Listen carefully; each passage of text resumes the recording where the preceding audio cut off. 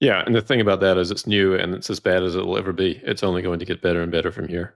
Yeah. And that's the beautiful thing about technology. You just keep iterating and it just gets better, so much better. I think there's a strong possibility of some moment in 2026 where a large portion of the population suddenly becomes aware of it. And I also would add this: if that happens, Tesla's going to have a demand problem in so much as too much demand, right? Because people want that. That is the killer app for the car, to be able to drive without driving yourself, right? Whether it's because you want to text and drive, whether it's because you want to sleep behind the wheel, whether it's because whatever, whether, eventually you just put your kids in the car and it takes them to soccer practice. There's a lot of people that would love that. And so I think it actually could create a demand for Teslas that potentially is off the charts. And Tesla's going to face a difficult challenge of, do we make cars for our fleet?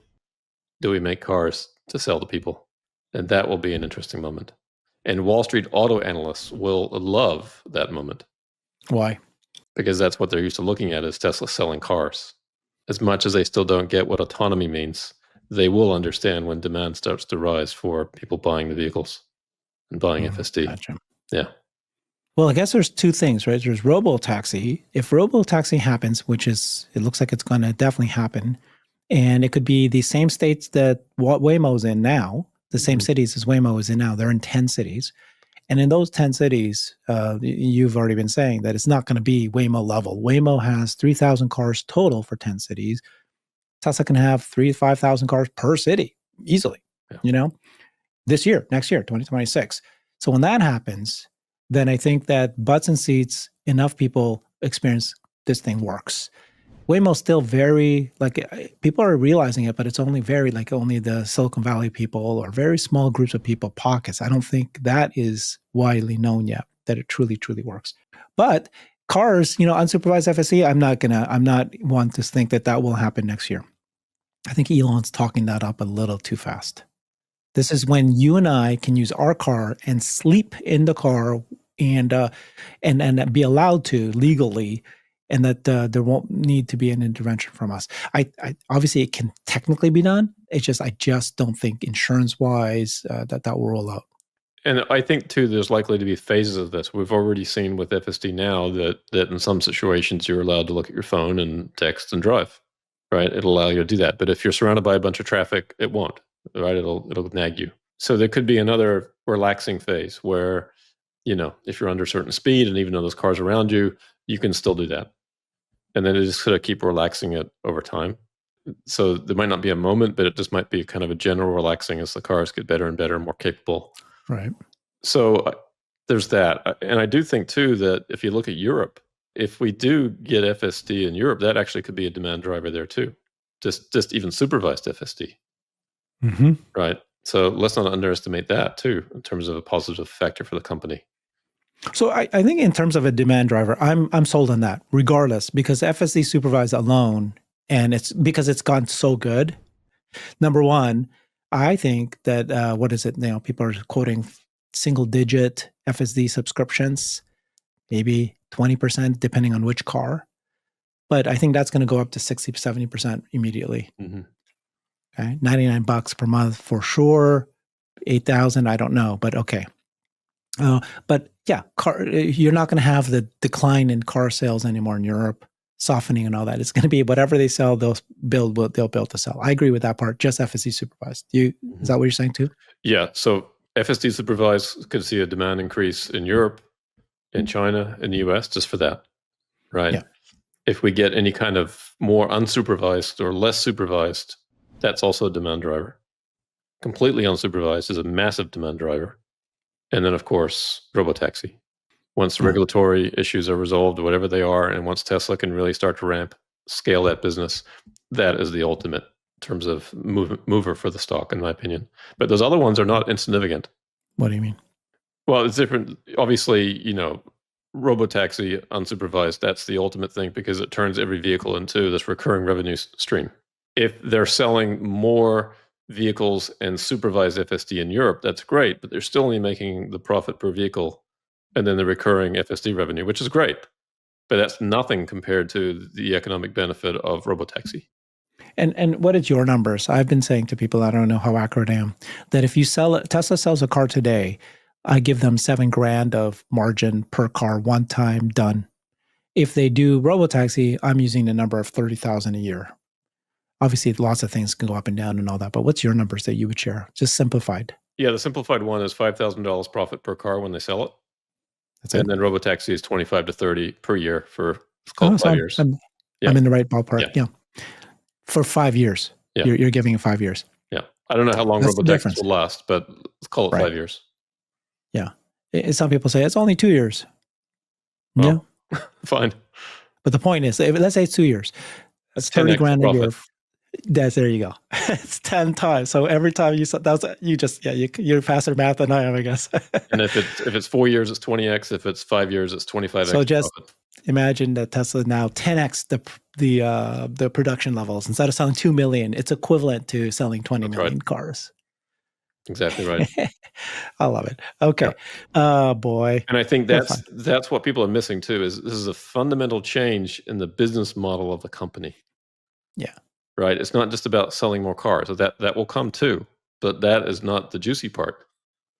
Right. That's great. Fantastic. But the fundamental change in the business model. If you look at what happened with NVIDIA, they have not had a fundamental change in the business model. Oh, good point. They're doing what they always used to do. They're selling GPUs. Yeah. Right. Before they went at the gaming systems. Now they're able to sell more at a little bit higher margin, but not the massive margin increase that Tesla's going to see in terms of recurring revenue. Yes. Tesla's going from a non-recurring revenue business, or occasionally recurring because people buy a Tesla, then they buy another one a few years later, right? So they do get some recurring business, but Tesla's going to a recurring revenue model. That's a fundamental change. And at a higher margin, right? The 10, 20, 25x profit. Have you calculated out the potential per month fee that Tesla could charge inclusive of insurance? So Tesla just received quietly insurance. Tesla insurance is able to now be offered in Florida. On new vehicles, yeah. Not on existing new vehicles. Ones. Okay. But that just happened this week. And there's a 13th state that they're offering it to instead of the 12 states, right? It took 3 years to get that 13th Florida added. Yeah. But anyways, somebody pointed out to me, and I thought it was brilliant, that the reason they did that was because the next states where they're going to roll out Robotaxi is California, Nevada, Texas, and Florida. Those are the most likely places, and now they've got the insurance for that.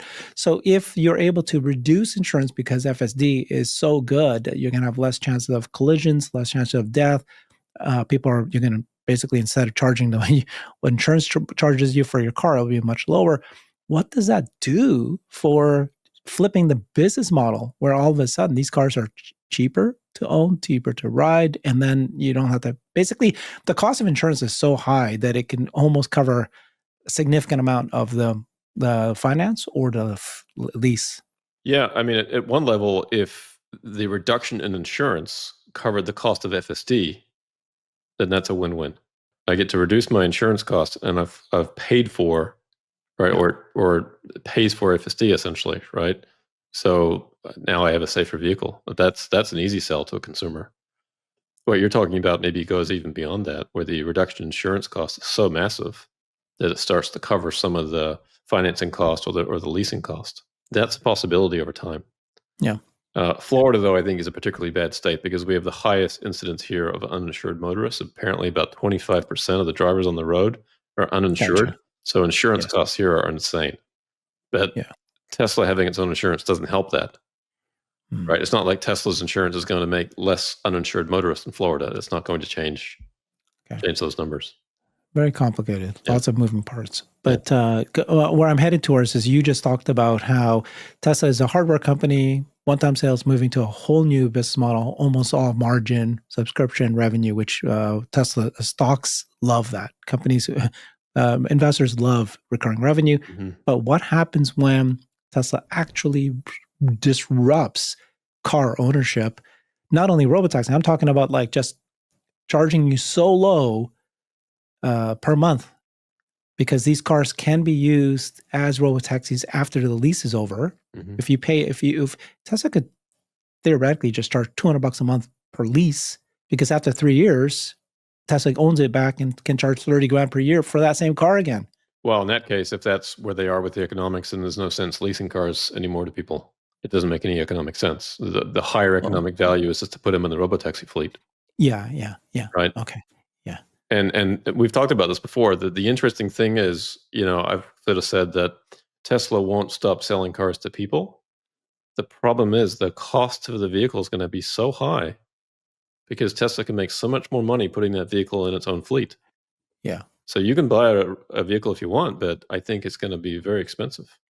So in fact, it's the opposite, right? Instead of $50,000 cars, eventually these things will be $70,000 cars or higher, because $250,000 cars. you can talk to it. It's got a personality and it can drive itself. It's got a chauffeur. So the value of that machine, the value of that device has suddenly gone up because it's so much more profitable. So why would you sell it to somebody and only earn 5,000 when you can keep it for yourself and earn 50? That wouldn't make economic sense. As Tesla shareholders would be screaming at Tesla saying, why are you doing this? Yeah. Right?